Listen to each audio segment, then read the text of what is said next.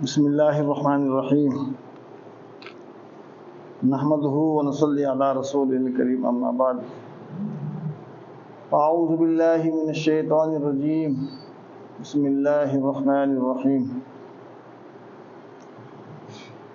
فقد قال اللہ تعالی ما آتاکم الرسول فخذوه وما نہاکم عنہ فانتہوا واتقوا اللہ. وقال تعالی وَلَهُ الْكِبْرِيَاءُ فِي السَّمَاوَاتِ وَالْأَرْضِ وَهُوَ الْعَزِيزُ الْحَكِيمُ. وقال النبي صلى الله عليه وسلم أحسن الحديث كتاب الله وخير الهدي هدي محمد صلی اللہ علیہ وسلم. یہ میں جو ہے چند دن پہلے ایک جگہ نکاح پڑھانے گیا تھا، تو انہوں نے وہاں کہا کہ کچھ حسب حال بیان کر دیو تھوڑا سا نکاح سے پہلے. تو میں نے اس میں جو ہے بیان کیا کہ آج کل ہمارے بیاہ شادیوں میں رسمیں بہت ہوتی ہیں. تو حضرت مولانا تھانوی صاحب رحمۃ اللہ علیہ نے اپنے بعد میں اس کو بیان فرمایا، اور شادی بیاہ کی جو رسمیں ہیں ان کے متعلق حضرت نے سب سے پہلے آیت پڑھی ہے وَلَهُ الْكِبْرِيَاءُ فِي السَّمَاوَاتِ وَالْأَرْضِ وَهُوَ الْعَزِيزُ الْحَكِيمُ، کہ آسمانوں میں اور زمینوں میں بڑائی صرف اللہ ہی کے لیے ہے، اور وہی غالب ہے اور حکمت والا ہے. اور حضرت نے فرمایا کہ ساری رسمیں جو ہے آدمی اپنی بڑائی کے لیے کرے، اپنی شہرت کے لیے کرے، اپنے دکھلاوے کے لیے کرے کہ میرا نام بلند ہو. کہتے ہیں حالانکہ بڑائی تو اللہ کے لیے ہے. اور کہتے ہیں مثال کے طور سے کہ بھائی جو ہے اپنی حیثیت سے زیادہ کھانا کھلایا، بہت عمدہ کھانا کھلایا. تو حضرت مولانا تھانوی صاحب رحمۃ اللہ فرماتے ہیں کہ دیوبند میں ایک بہت بڑے شیخ تھے، بہت مالدار تھے. تو انہوں نے جو ہے پورے دیوبند کی دعوت کی اور آس پاس کے گاؤں والوں کی دعوت کی، بڑی شہرت ہوئی.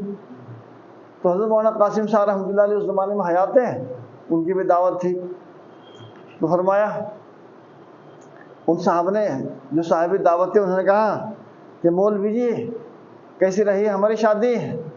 کہ بھائی تمہاری شادی بہت بڑھیا رہی، بہت بڑھیا، ماشاءاللہ، اچھے اچھے کھانے کھلائے، اور بھائی بارات کو اچھی طرح رکھا، اور لین دین اچھا طرح کیا، جو بھی کچھ کیا.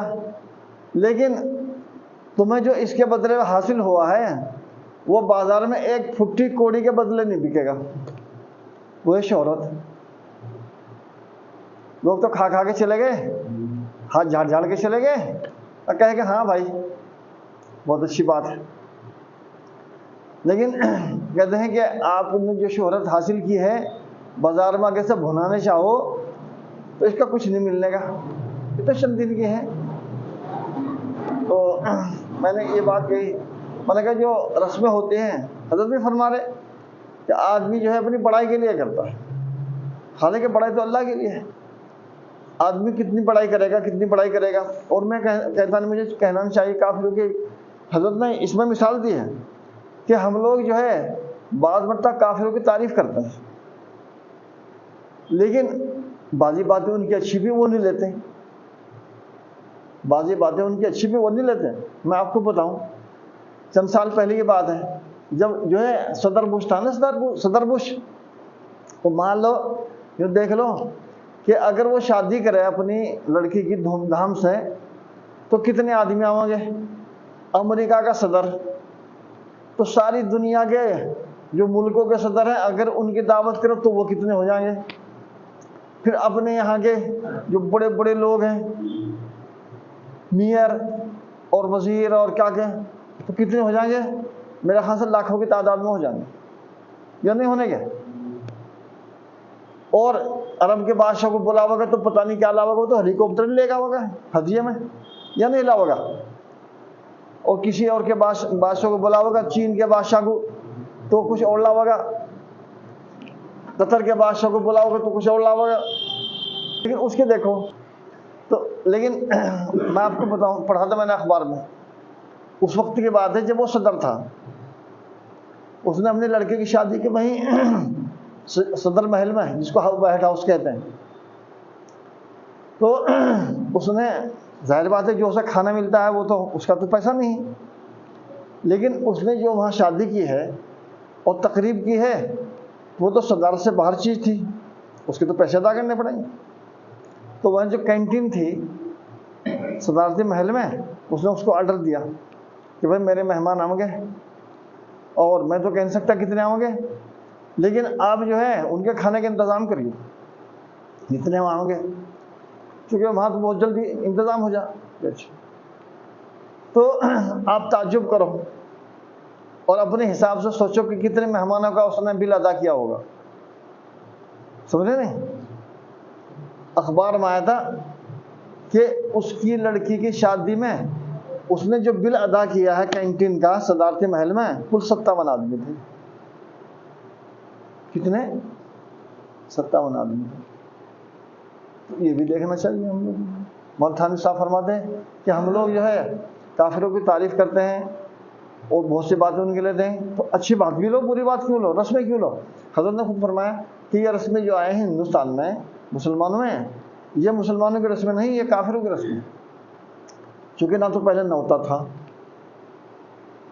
نیوتا ہوتا نا، نیوتا، سمجھے نا؟ یہ پتہ نہیں رسمیں جو ساری آئی ہیں یہ ایسی، ہاں نیوتے کی رسم ہے، اور ایسی جو ہے شادی سے پہلے کیا کہتے اس کو، منڈھا، کیا کہتے اس کو، اجی کیا کہ دسہری، چالا، اور پتہ نہیں کیا کیا، اور جی پھر کہتے ہیں کہ ادھر سے بھی جا رہے ادھر سے بھی آ رہے، ہے نا.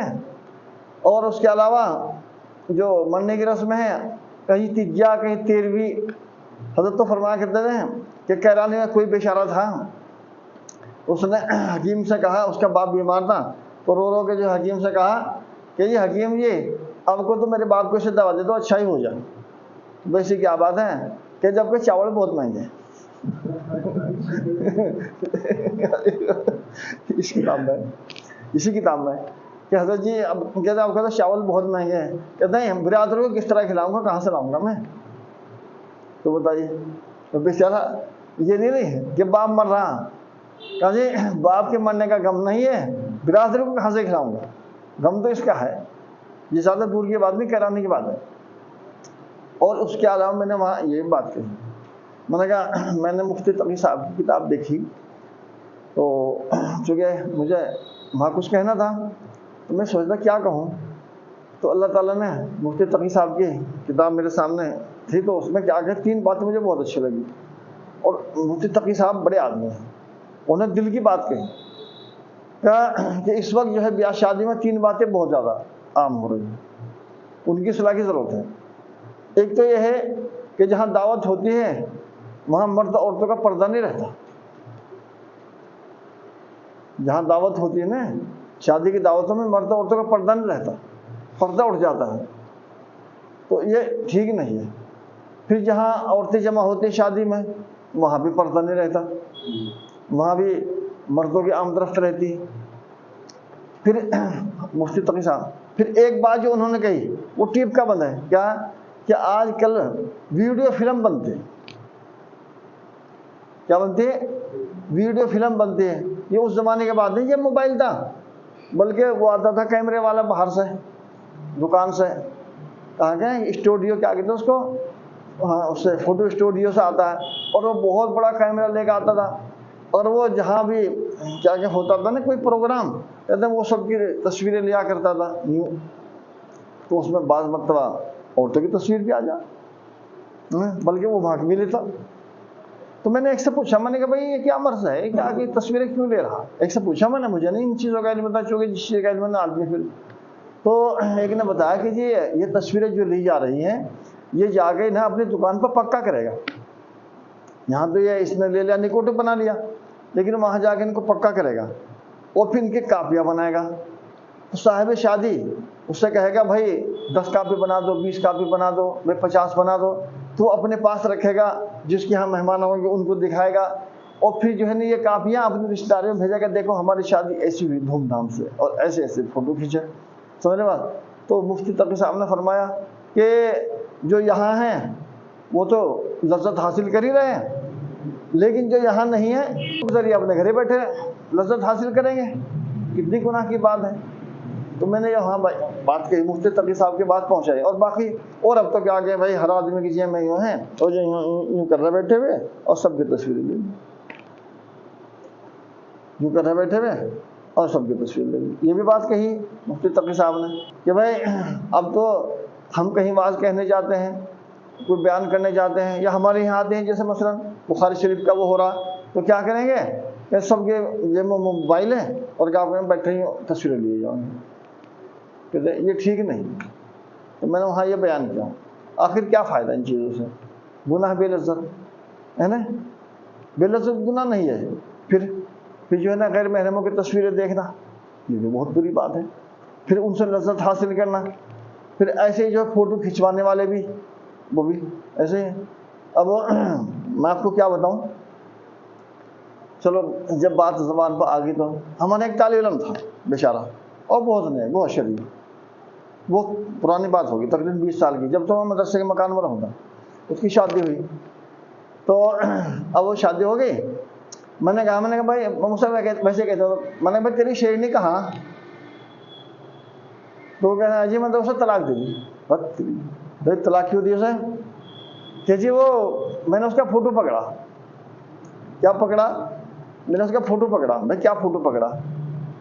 کہ جی وہ کہیں گئی ہوگی شادی میں، تو کوئی لڑکا جو ہے اس کی یوں کوڑی بھر گئے اس کا بوسہ لے رہا.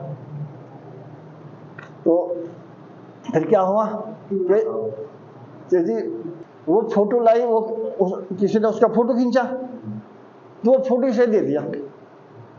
اب دیکھو مولانا تھانوی صاحب نے فرمایا کہ بیوقوف کی بھی بیوقوف، وہ تو بیوقوف تھا ہی، اس کی بیوی بیوقوف. مولانا تھانوی صاحب نے فرمایا کہ ایک آدمی تھا کہ کیا کہیں اس نے اپنی بیوی کو کہا کہ دیکھو فلاں آدمی جو ہے نا اپنے گھوڑوں کو اس طرح کھلاوا اس طرح کھلاوا ہے محبت سے، اب تو کچھ بھی نہیں کہ آگے میری محبت کرتی، کہ کس طرح کروں؟ تو گھوڑا بنا، اگاڑی پچھاڑی باندھی اور دم کی جگہ جھاڑو باندھی. اب وہ بیوی سے کہہ رہا کہ بیٹا کھا لے کھا لے کھا لے. اب میں آگے اچھل کود کروں گا تو پھر کہیے تو کھا لے کھا لے. اب دیکھیے تو کیا کہ اس کے سامنے کھانا وانا رکھا کہ بیٹا کھا لے بیٹا کھا لے بیٹا کھا لے. اب وہ اچھل کود کر رہا تو جھاڑو جو تھی نا اتفاق بات ہے چراغ میں لگ گئی. پیچھے چراغ رکھا تھا وہ اس کا تیل گر گیا تو وہ جھاڑو میں لگ گئی، اس میں لگ گئی وہ پھر آدمی میں. اب وہ حضرت جو ہے بجائے اس کے کہتی جا کر کہ جی میرا شوہر جل گیا میرا شوہر جل گیا، باہر جا کے شوہر بچا رہی ہے کہ جی میرا گھوڑا جل گیا میرا گھوڑا جل گیا میرا گھوڑا جل گیا.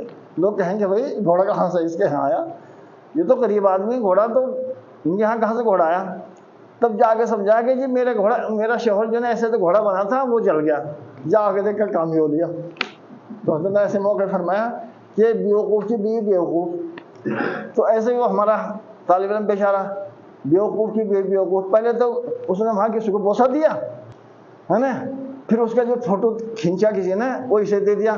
اب سب پھاڑ پھوڑ دیتے کہیں نہیں، وہ اپنے شوہر کو دکھا لی رات کو کہ دیکھ میرا فوٹو. اب اسے جو غصہ ہے اس نے طلاق دی. تو ہے نہیں بیوقوفی. بس اللہ تعالیٰ ہمیں سمجھ دیں اور بھائی ان رسموں سے بچاوے اور سنت پر عمل کرنے کی توفیق دیں. اللہ خدا.